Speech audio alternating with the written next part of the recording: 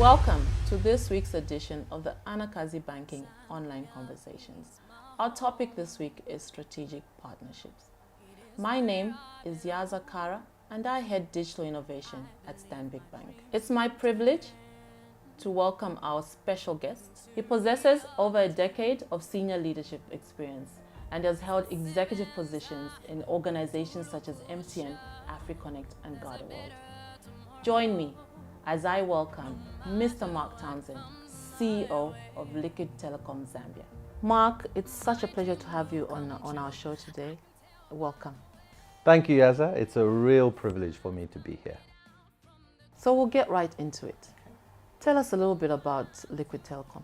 Well, Liquid Telecom is essentially a multifaceted telecoms company, providing services to a number of different sectors within the country. We originally started out as an infrastructure company that was providing infrastructure for telecoms companies. We've since grown into providing services for enterprises like Stanbic Bank, and we have such a great partnership with Stanbic Bank. Moved into SME, and recently over the last few years have now gone into the retail consumer sector with our GPON fiber and our LTE services. So it's cross-section, and we have the ability now to use those technologies to provide services to all kinds of customers within the country. Okay, you mentioned that you're our client. Yes. As we are your client as well. Absolutely. So from my understanding, you provide us with our international link, international bandwidth. You connect our branches as well as our ATMs, and we in turn provide you with our corporate banking services. But we're more than just clients to each other. We're more than that. We are actually strategic partners. What's your take on that? What can you tell us about strategic partnerships? Well, I mean, it's a brilliant question, because I think the relationship that Liquid Telecom Zambia and Stanbic Bank have is a clear indication of what a strategic partnership is. Because on one hand, we are providing infrastructure that allows you as a bank to communicate internationally and locally, and services and products that are layered onto that. But the same infrastructure that we have got, we use the financial solutions provided by the bank to actually implement that infrastructure.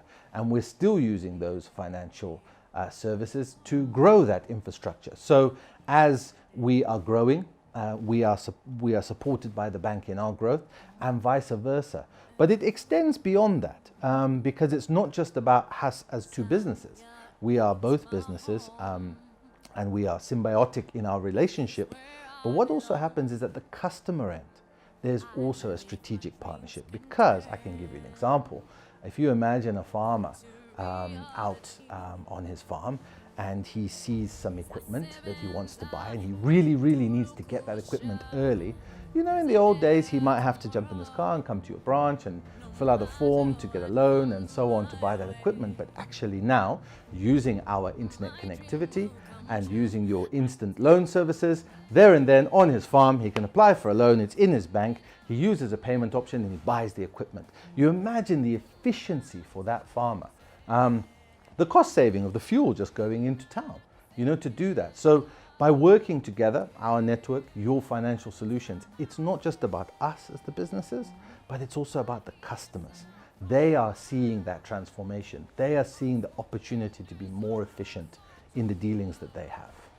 It's interesting that you mention the customer, and even for us, we are obsessed with our customer. We make sure that whatever it is that we do is for our customer, and ensure that our services are available all the time for our customers. The customer experience, in your opinion, for us, we have our exceptional digital platforms, digital products, digital services that we've built with our customers in mind, and ensuring that we've captured customer insights as we produce these products for them. When I think about that, and I think about how your internet is so important and so critical for us to deliver on these digital products for our customers. Yes. Ensuring that we have the right customer experience. Yes. Yes. I know you're big on the customer. Yes. I've seen a couple of your webinars and how you speak quite passionately about the customer. Yeah. Tell us a little bit more about customer experience, the importance of that, and how the two link. Well, I think if we start from the customer itself, as we all know, without the customer there is no business. They are our bosses, they are in charge. They are the ones who dictate whether we are successful or not. It's very, very important as an organization to spend time understanding the customer. Because what I always say to the team is that, if we're not solving our customers' problems, then we're not being partners to our customers. But by understanding their needs and what they need, we can help to solve their problems. I take you back to the conversation about the farmer. We're solving that problem using technology.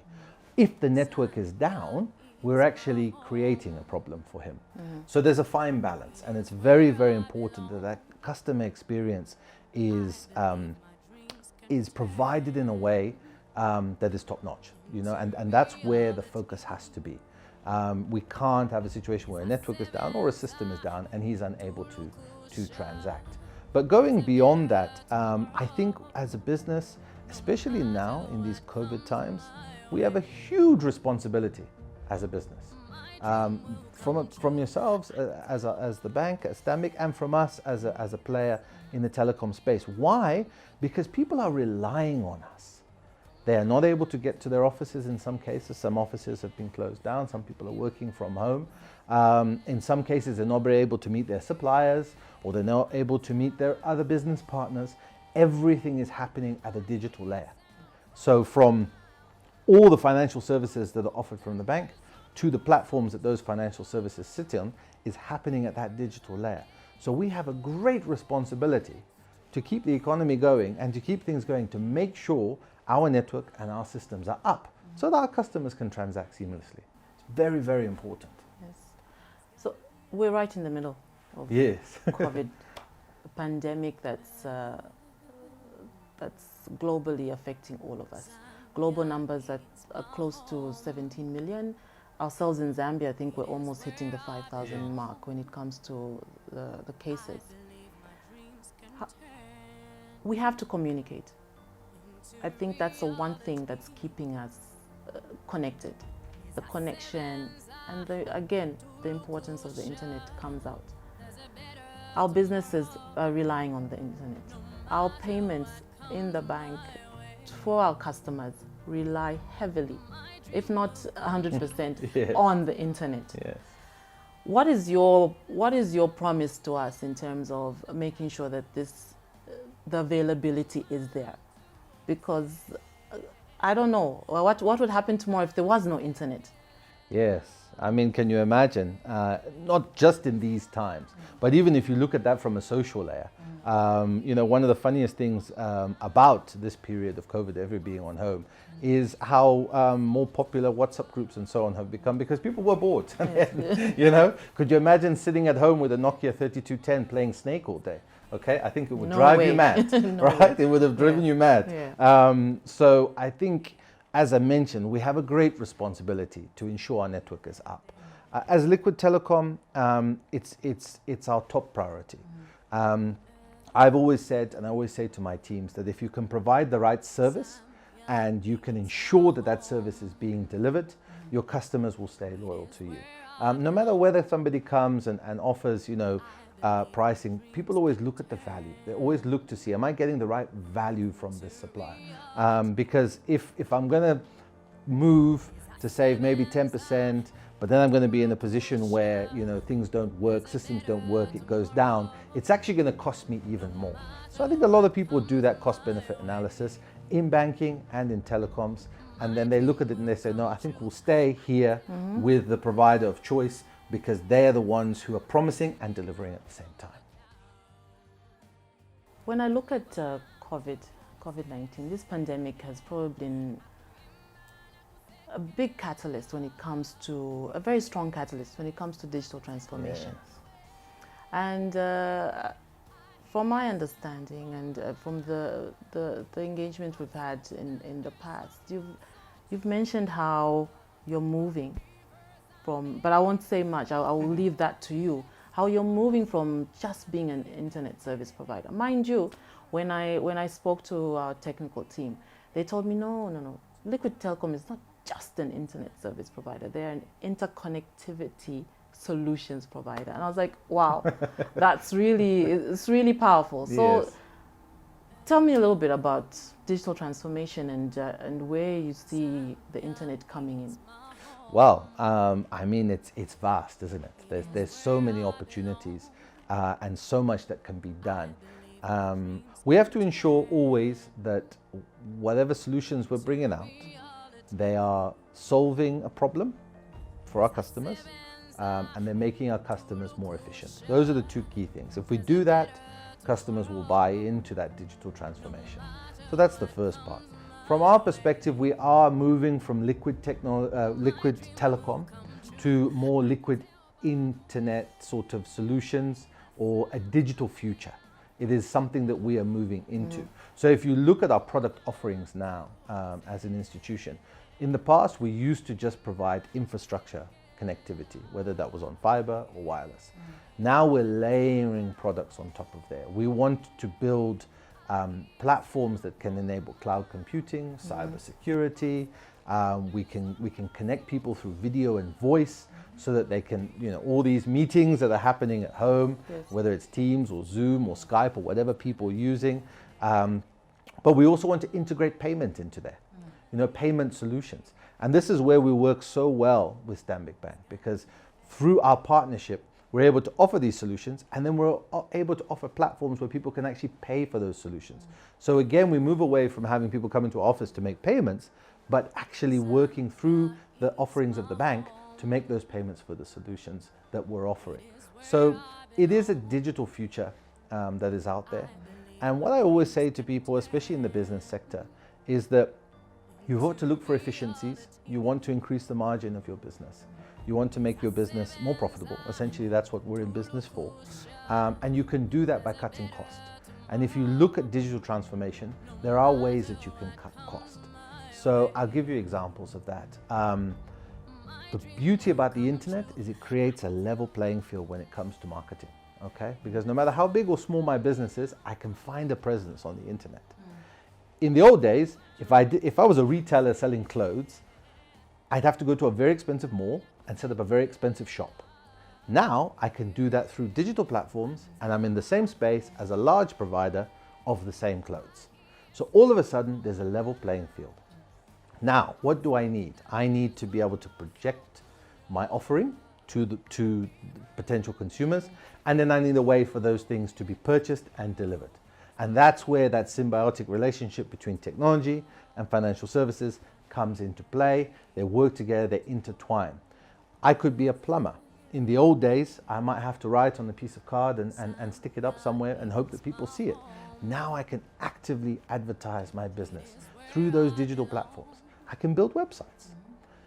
Also, if I've got lead generation, now it's instant. It's coming through over email or it's coming through over messaging because people are seeing it and they want it, and I can get the job. In the past, it might be you waiting for somebody to come to your shop to see you, or you're waiting for somebody to come to your office to see you. Now that engagement is much quicker. So from a business marketing perspective, it's fantastic. But then there's also the operational part of the business. So there are a number of digital solutions that reduce on the operational part of the business, i.e. banking. Okay, banking, a lot of businesses in the past had someone who just did banking, right? It's literally his job was to go and sit in the queue and do banking. Now with the financial services and the digital platforms that Stanbic are offering, people don't have to do that anymore. All of it can be done online. So you save on that particular cost, you save on the fuel and the person going out to do that. On top of that, we also have other operational aspects of the business, like reporting, like when people want to put together collaborative conversations. We don't all have to be in the same room. We can do this remotely, and we can have a discussion. We can have a meeting. Approvals. approvals of payments. You know, this again can be done digitally. It's not a question of, oh, the CEO's out, wait till next week to get your check. You know, no, but the CEO can actually do this even if he's sipping, having a drink in Livingston. He can actually just log on and approve a payment.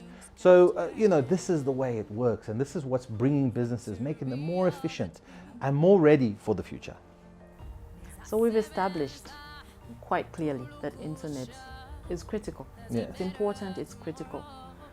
From a little toddler who's able to pick up mommy's phone and somehow navigate to YouTube and watch a cartoon, to our businesses, to our students who are using the internet for academic research and so on, to corporates, to SMEs, to people just buying and selling every day, to a grandmother, an auntie who actually now starts checking for their recipes on Google.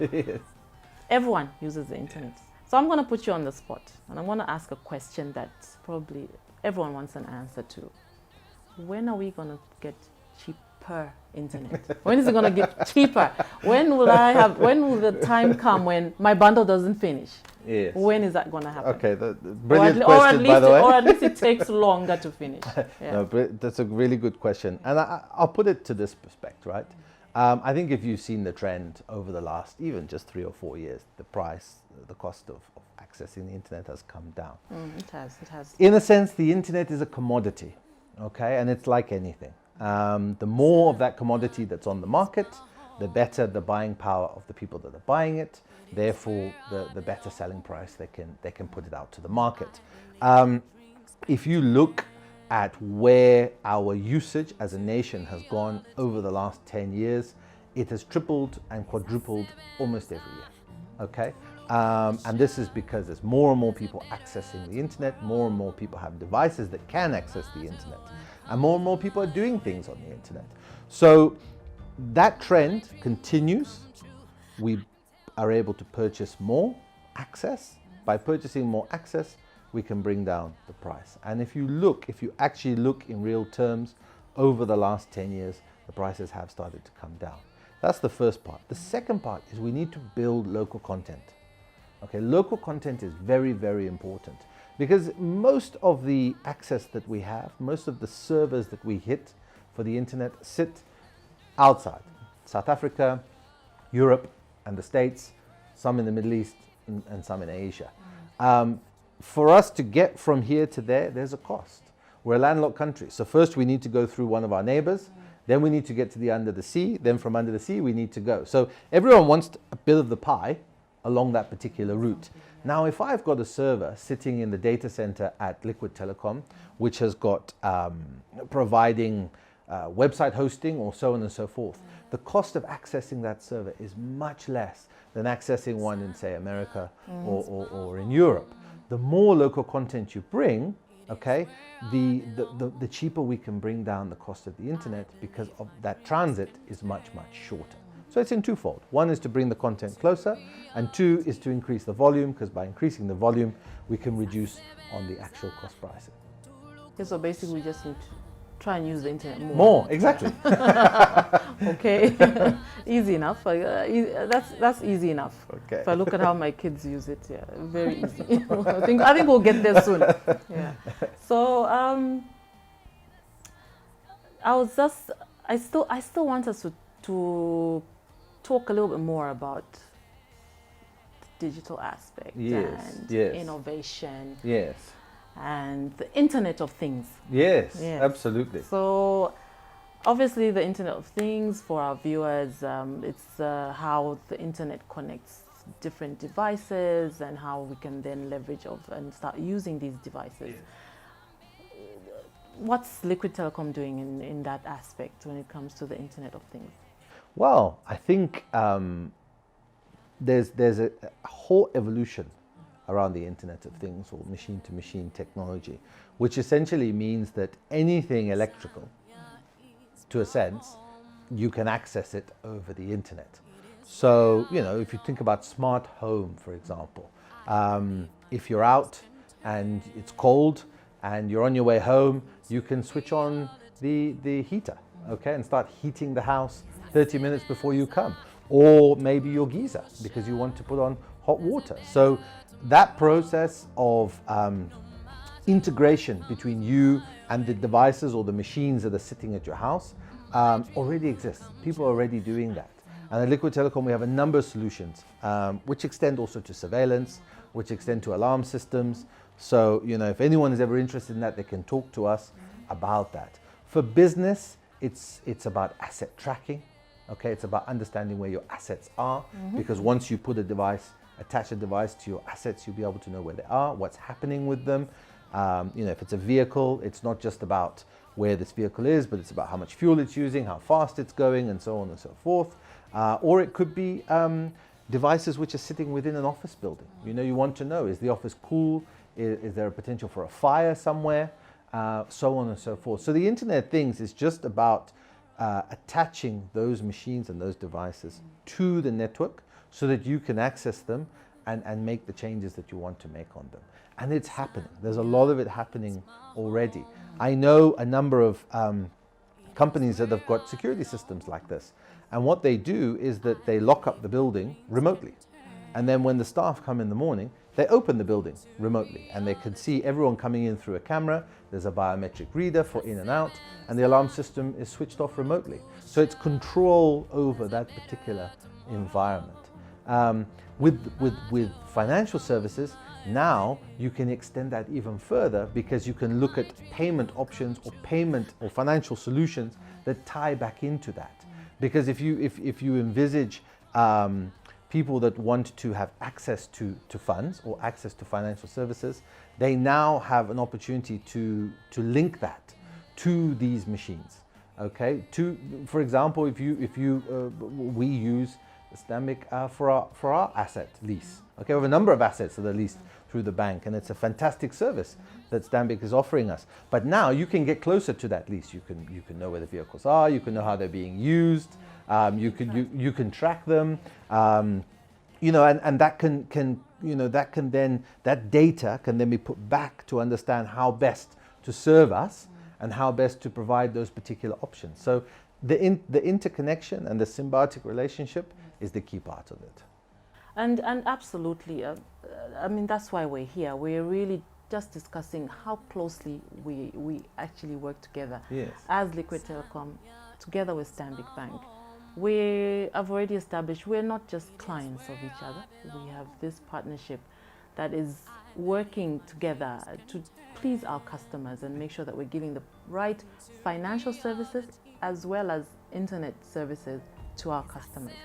Very critical, and honestly, I can only see this growing from strength to strength. And when I look at our corporate investment banking team and what we offer you as Liquid Telecom, we're actually the best in the country. And I know that from our previous discussions that you're extremely happy with the facilities Absolutely. that we provide, the services that we provide.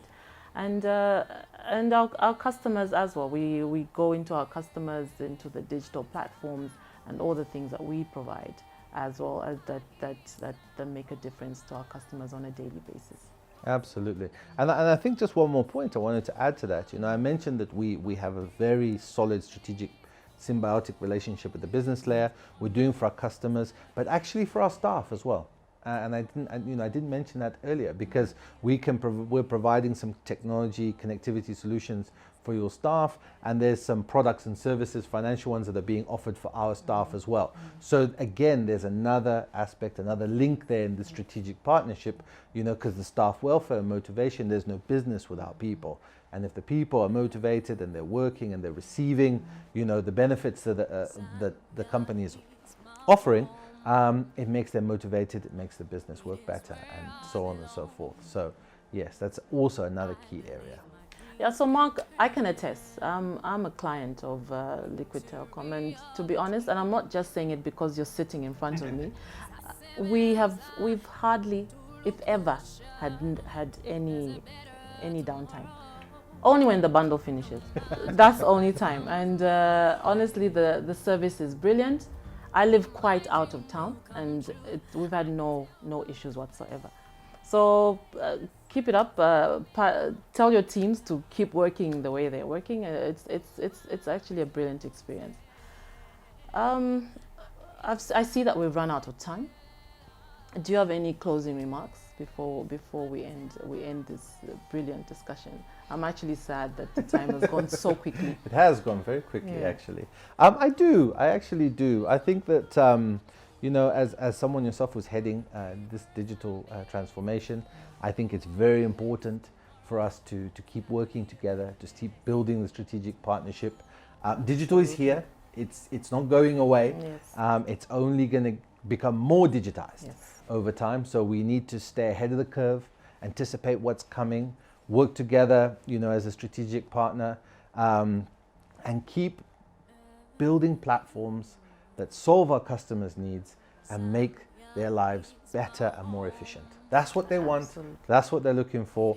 And we'll just continue to do that. And I thank you very much for inviting me here today.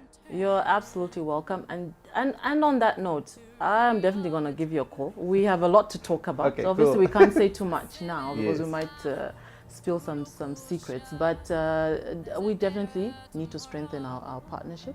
There's a Absolutely. lot we can do. Absolutely. Just from this discussion, there's so much that Absolutely. I've gotten out of this. And I'll certainly be reaching out to you and your team and see how we can leverage and actually build upon this partnership.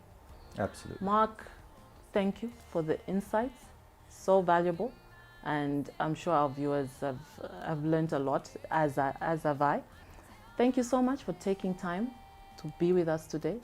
Thank you, thank you, thank you. Thank you very much. Thank you. Thank you, viewers, for joining us on today's session of the Anakazi Banking Online Conversations. Our discussion was so insightful with the CEO of Liquid Telecom, Mr. Mark Townsend. We look forward for you to join us in further discussions as we continue this series. My name is Yaza, and I head digital innovation at Stanbic Bank.